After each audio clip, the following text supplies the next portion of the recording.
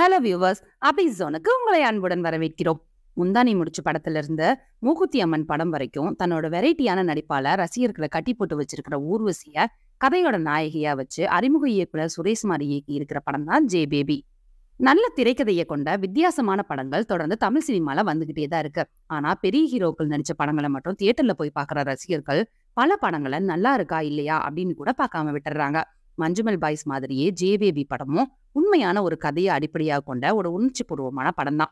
இந்த படம் எப்படி இருக்கு, ரசிகர்களை கவர்ந்துச்சா இல்லையா அப்படிங்கிற விரிவான விமர்சனத்தை இந்த வீடியோல தெரிஞ்சுக்கலாம் வாங்க.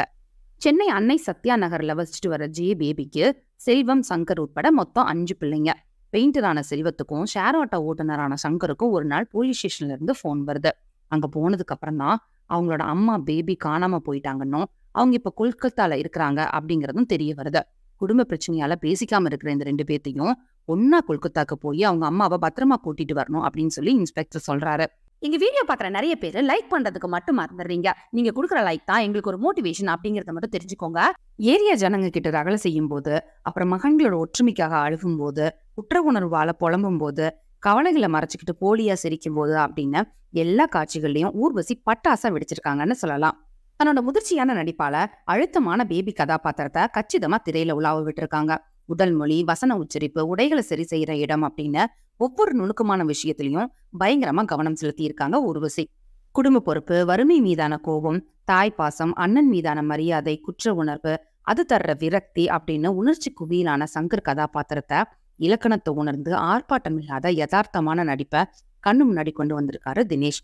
அடிச்சதுக்காக தன்னோட அம்மா கிட்ட மன்னிப்பு கேட்கிற காட்சியும், அண்ணன் இருக்கிறதுனால தங்கையோட வீட்டுக்கு வரம் இருக்கிற காட்சியும் 2 சோறு பதம். உணர்ச்சிகளோட ஏற்ற இறக்கங்களால அலைக்கழியிற செல்வம் கதாபாத்திரத்தோட கணத்தை கரெக்டா உள்வாங்கி நேர்த்தியான தன்னோட நடிப்பை வெளிப்படுத்தி இருக்காரு மாறன். அங்கங்க கவுண்டர் காமெடிகளாலையும் சேட்டைகளாலையும் சிரிப்பு தந்தாலும் இறுக்கமான மனநிலையை வெளிப்படுத்த தருணங்கள்ல சின்ன சின்ன உடல் அசைவுகளால கூட தன்னோட நடிப்புக்கு புது முகவரியை கொடுத்திருக்காரு. கொல்கத்தாவில அண்ணன் தம்பிக்கு உதவி செய்யறவரை, பேபியோட கடைசி பொண்ணு, கடைசி பையன் அப்படிங்கிற மாதிரி துணை கதாபாத்திரங்களும் படத்துக்கு வலு சேர்க்கிறாங்க. ரயில் பயணத்துல நெரிசலுக்கு நடுவுலையும் கதாபாத்திரங்களோட உணர்வுகளை ஃப்ரேம்களாலும், கொல்கத்தா நகரத்தோட அமைதிய ஆர்ப்பாட்டமில்லாத கேமரா நகர்வுகளாலும், ட்ரோன் ஷாட்டுகளாலும் திரைக்கு கடத்தி இருக்காரு ஒளிப்பதிவாளர் ஜெயந்த் சேதுமாதவன்.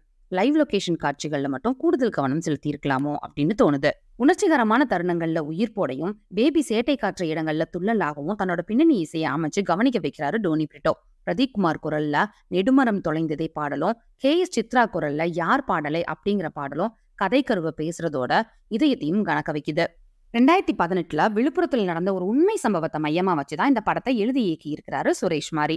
பேபியை தேடுற பயணம் ஒருபுறம், குடும்பத்துல நடக்கிற பிரச்சனைகள் மறுபுறம் அப்படின்னு நகர்ற படத்துக்கு நிதானமான திரைக்கதையும் நடிகர்களோட யதார்த்தமான நடிப்பும் கை கொடுக்க எளிதிலேயே படத்தோட ஒன்றிவிட முடியுது.